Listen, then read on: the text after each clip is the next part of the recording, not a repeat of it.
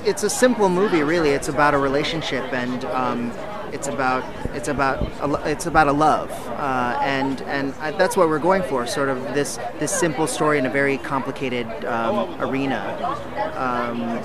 So I guess that informed sort of what the film wound up being to a certain extent. I mean, Michael Sheen gave us a great compliment. He said when he saw the film, he said that's exactly what he pictured when he read the script. So I guess somehow we communicated what we intended to deliver. Well, I mean, actually, speaking of Michael, I mean, I'd met him right after he read the script, but before we started production, and he said that's what actually attracted him to the script, because it wasn't that this was ripping a marriage apart, it's that the marriage was apart in the first place, and then it was in an odd sort of way bringing them back together in a way that few other things maybe could have in this particular marriage. Not that we're saying there's like this good message with what happened and what these people had to go through, but we thought that was an interesting perspective, and in a way a more interesting perspective, that these people had to go through it and that they couldn't sort of reach out to the other in the relationship because they were sort of the only two who could understand what the other was going through.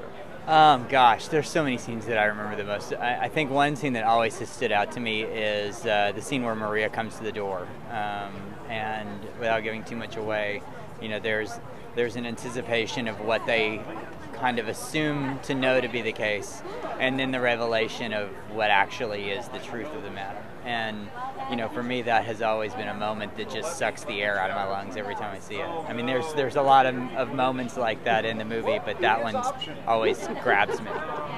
You drew on some experience, or at least something that sparked your interest and that moved you to do this film.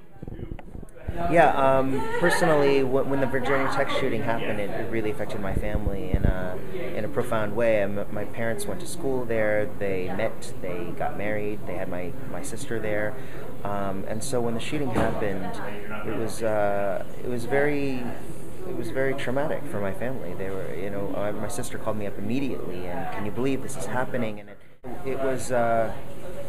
It really started us thinking, I mean, I think everybody naturally puts themselves in their shoes, like how does someone do that? What pushes someone to go and do something that extreme? So it just started our minds turning.